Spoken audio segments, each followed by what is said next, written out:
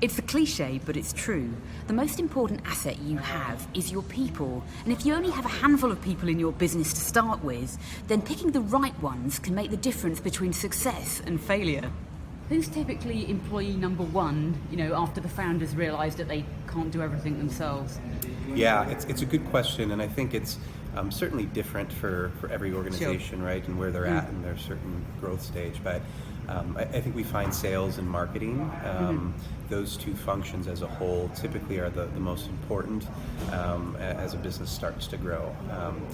So whether that's hiring a high-level VP of sales perhaps, and you start thinking about where you're going to be spending your time in the market, or it's again a high-level marketing person, generally speaking, we see those two roles more of an importance in the early stages.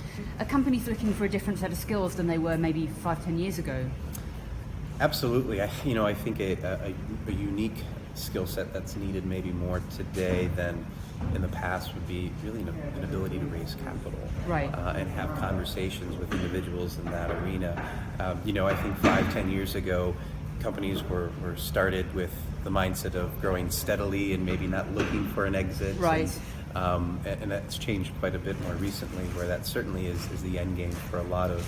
So things are moving more quickly, and there's pressure to think about these things earlier, perhaps. Yeah, absolutely. So I think that an ability to think that way, and I think owners of companies they're a lot brighter these days as they talk about their terms and how they work with VCs and companies as such. So I think having that ability to know how to do that and when to do that and where to raise capital, it's an interesting skill set that I think is needed more today than in the past. How valuable is it to have, as you're growing as an emerging brand, to have people that have got, big company experience, and do they sometimes kind of struggle in a startup environment, or, is it liberating if you've just worked at Pepsi or General Mills? Yeah, a great question, and I think it's very dependent on the company hiring, right? So many of our clients that we support are only focused on hiring individuals who've only been in a startup community, generally because they want that type of environment. They want that culture, that feel that they get from someone who's been in that environment. Conversely, there are certainly clients of ours who love seeing that traditional learning experience that someone may have gotten in a big CPG company, and bringing that over to them, albeit knowing that it's a very different environment working for a small scale-up business, and generally more than one hat is being worn by that individual. So really dependent on the organization, but we see it both ways. So what are some of the challenges that early stage brands face in finding good candidates, and do you find there are certain positions that are just harder to fill than others? Yeah, it's an exceptionally tight labor market right now, and unemployment rate in general is extremely low, and so that in itself I think is certainly a challenge for many early stage companies, many companies across the board. I think it's critically important to make sure that you have a brand and a message that is really aligning to the marketplace, and one that you're committed to.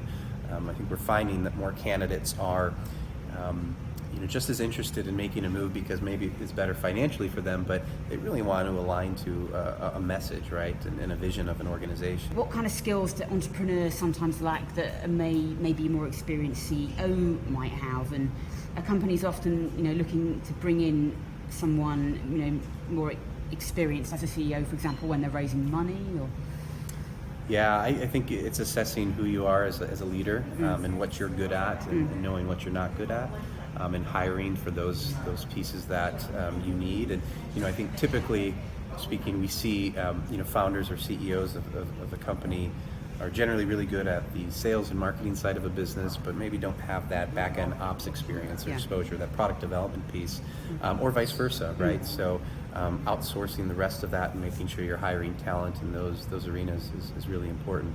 And then I think it's really a kind of a visionary aspect, right? That the founder is one who's typically big picture, broader picture thinking, and wanting to find someone who is maybe a little bit more tactical, right? As another part of the leadership team is important too. So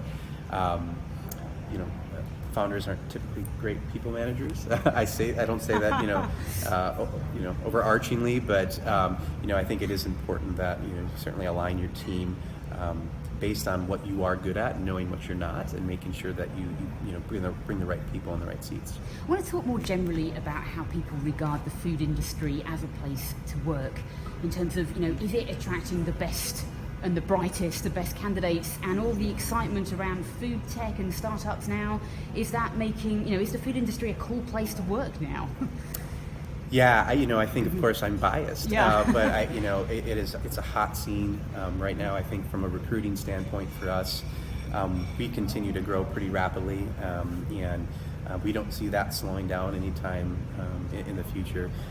We're based in Boulder, which is just a hotbed for really better for you products and great CPG brands. And I myself am in Chicago, and we've supported some great brands in there, the likes of RX Bar and Chomps and Farmer's Fridge, and some really great some brands there. So yeah, I don't think it's going anywhere. I think it's an exciting place to be, and I think individuals who are looking to join an organization that has a great story to tell and has a great brand message and a really exciting place to be, is they're going to find great talent. So people want to join exciting companies, especially in the food space.